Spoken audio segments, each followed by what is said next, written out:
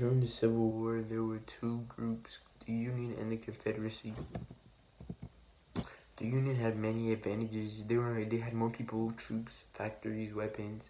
They had a better navy, and they had good leadership by Abraham Lincoln and General Grant. Disadvantages that they had were they had poor leadership and they had an internal disagreement in the North. The Confederacy also had advantages, but not as much as the Union. They had more skilled military leaders and a home turf advantage. Their disadvantages would be their downfall as they had less troops, weapons, money, food, and poor communication between the states. The Union strategy was called the Anaconda Plan. It was to blockade southern ports and stop trade and capture the Mississippi River and capture Richmond, Virginia. The Confederacy's only plan was to defend land and drain Union resources. The Civil War started with the Battle of Bull Run, aka the First Battle of Manassas. It was the first major bloodshed outcome. It resulted in a Confederate victory, and Union troops retreated. The consequences were it proved the war would be long and bloody, and General McClellan chose to lead the Union Army. In the summer of 1862, the Battle of Antietam happened. It was McClellan, who was with the Union, versus Robert E. Lee, who was with the Confederacy. It happened near Richmond. A Union soldier found a copy of Lee's plans. McClellan convinced to attack Lee. The single bloodiest day, 23,000 soldiers killed/injured. McClellan and the Union won. As a result, Abraham Lincoln had more room to issue the Emancipation Proclamation, and he used the Battle of Antietam as a footstool to issue the Emancipation Proclamation. In the summer of 1863, the Battle of Gettysburg happened. It happened in Chancellorsville, Virginia. It was a Confederate victory, but Stonewall Jackson killed.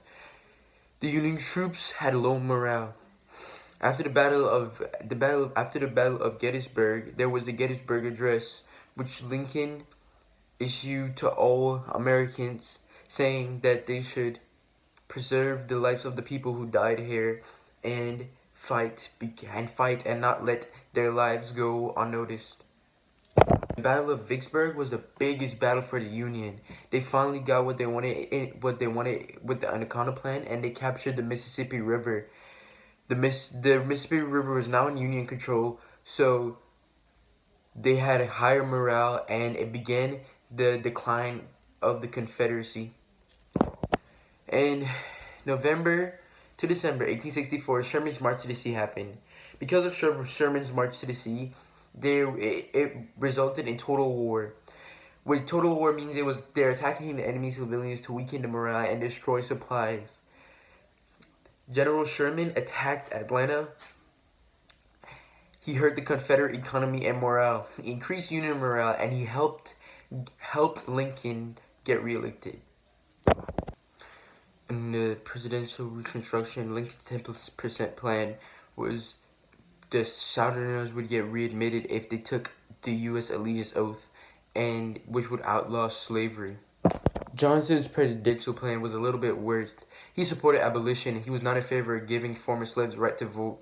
He pardoned 13,000 former Confederates, and in a result of that, Johnson was not successful, and he was eventually impeached. The Bureau Act was given to help black African Americans adjust to society, but Johnson didn't like it, so he vetoed it. But Congress overrode both of his vetoes.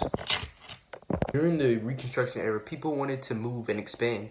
The Homestead Act of 1862 gave them a chance to do that. It was a small fee of $10 for 160 acres to any U.S. citizen, and you had to work land for 5 years. The federal government wanted to improve transportation and also trade, so they built the Transcontinental Railroad using some money subsidized from the federal government.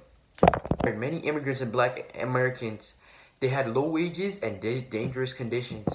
Consequences for settling in the West, though.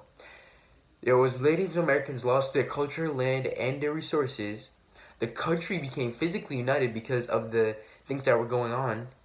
There was quick travel. There was increased trade because of the transcontinental railroads.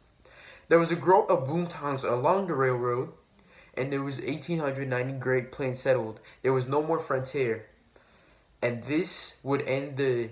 This was after the end of the Reconstruction era.